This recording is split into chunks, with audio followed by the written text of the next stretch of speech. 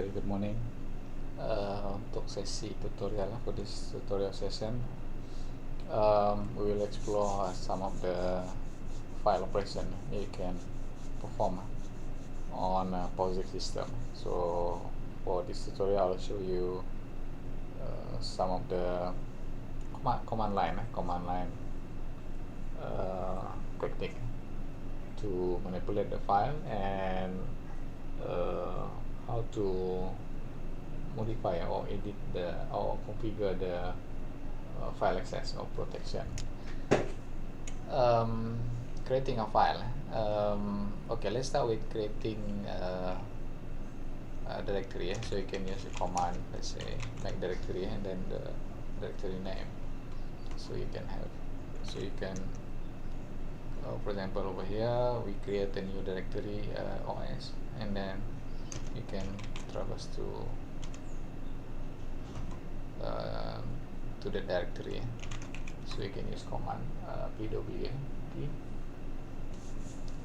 to check the current directory or current folder. In Windows you call it folder.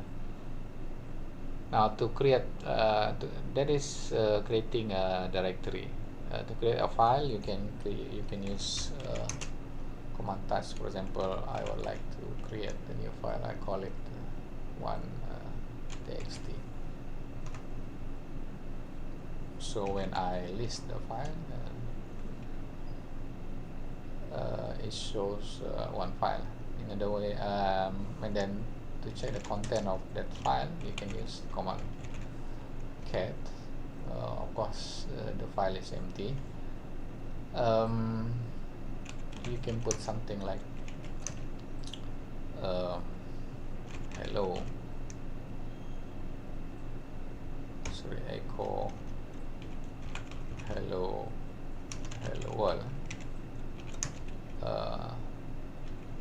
to txt. Now you can see the content is hello world, or you can append.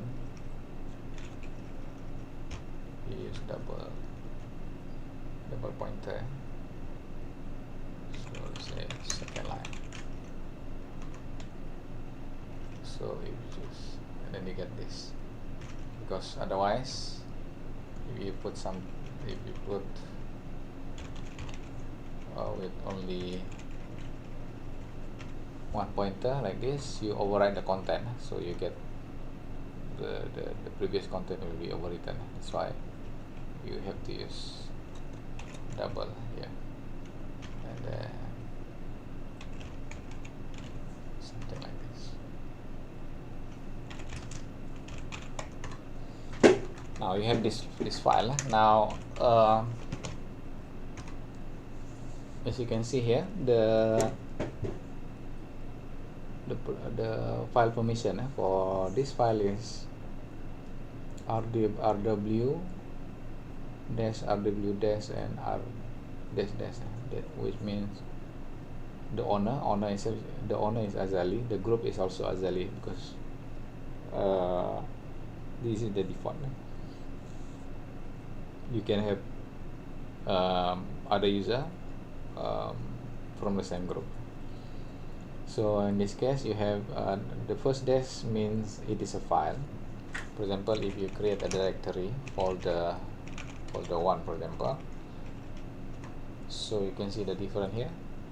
The folder is D, the file is this, and the first 3 is the permission for the owner of the file, rwx. The folder, you always get X here.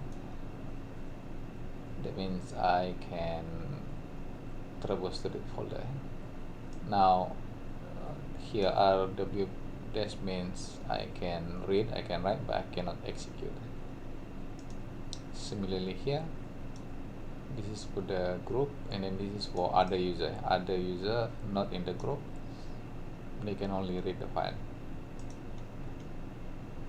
So to remove read access from other user, for example, you can put something like change mode other -r off. that file. So you can see, sorry,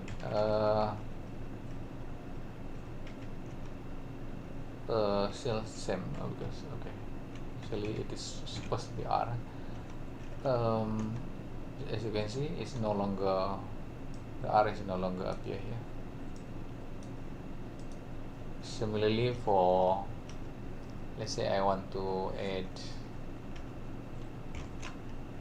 R for other user, so I'll give back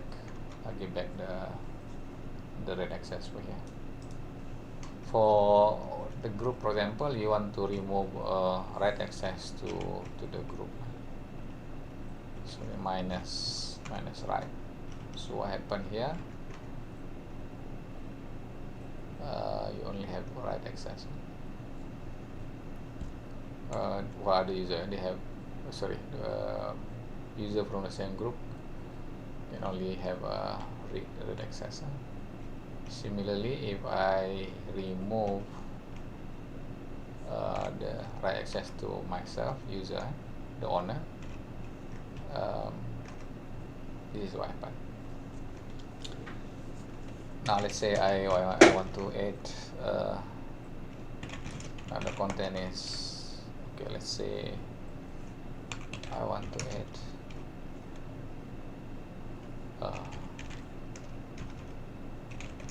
fifth line into the, so it is permission denied because I don't have, the owner have no write access to the file, so the permission is denied. So another way to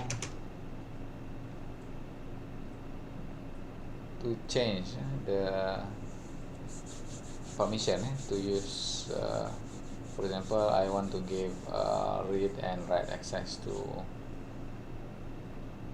both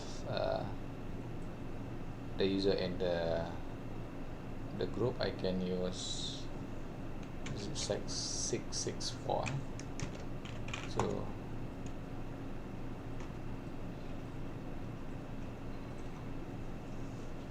so over here 6 means read and write, and read only is 4 because the leftmost bit is represented by 1, the middle here represented by 2, and then the leftmost, sorry, this is the rightmost, and this is the leftmost is 4, so 4 plus 2 is 6. So for example, if I change it to 762, that means all mode is active. So this one is 7 because 1 plus 2 plus 4. This one is 2 plus 4, and this one is 4. Similarly, I can use something like 1 here, means I only give execute access to 1.txt. But this is quite weird because, as you can see here, the color is now changed to green color. Once one of the execute bit is activated, then the color will change to green color. This is what happened in Ubuntu system. So I want to revert it back to the proper mode, which is this one. So now, as you can see, it is now .txt. Normally, the executable file is a program. For example, you create a Python program, for example, then you can change the bit to execute mode. I can also change the owner of the file. For example, I create sudo 2.txt.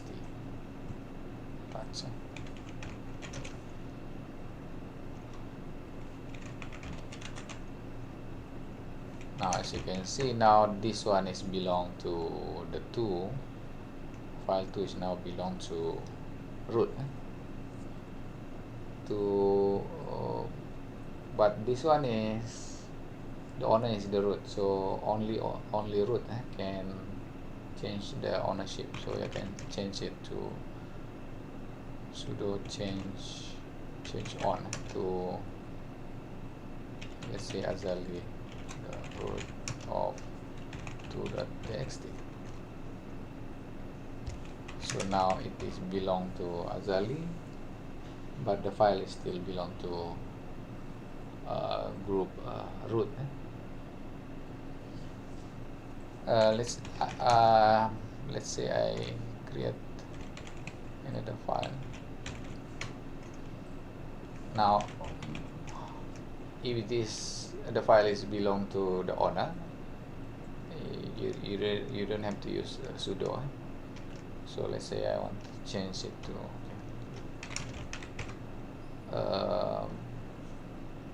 the file .txt is belong to Azali. Let's say I want to change it to owner to root. Change on root to root of file third.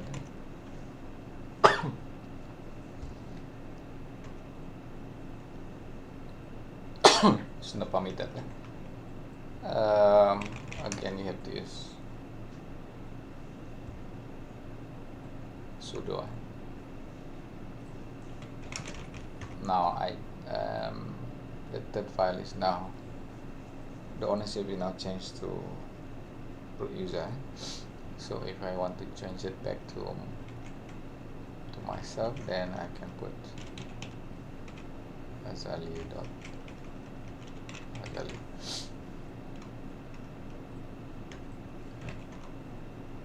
Now if I can remove the file using the command rm. Now let's say I change the owner of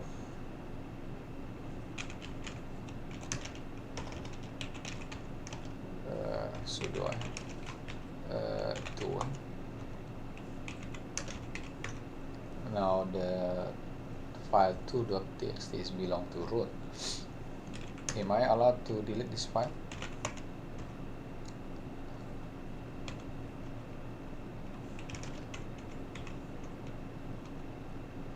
Yes, it is allowed.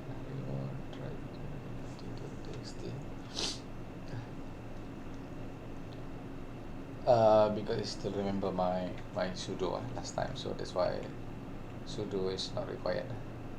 Otherwise, by default, sudo is required because the owner of the 2.txt is root. So that is some of the command that you can use to create a file, to delete. Of course, you can use a program like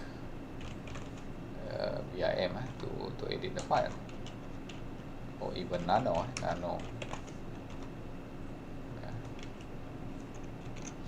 Or even for example Emacs. Emacs is also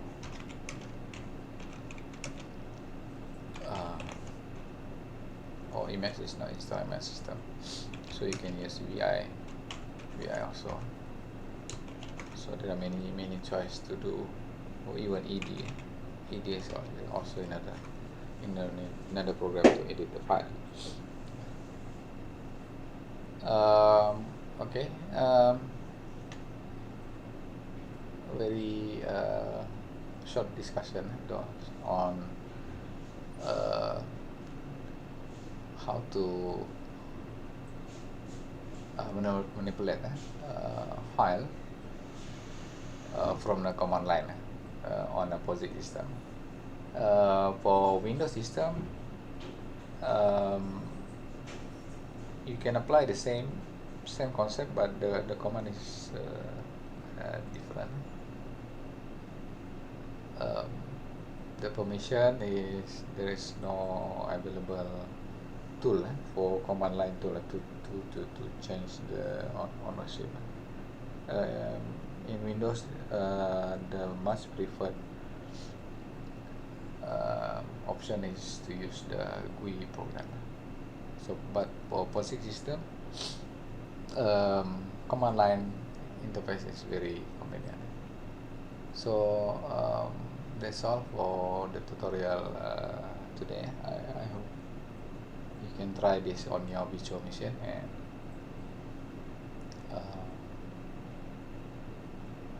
play around with the Linux command. Okay.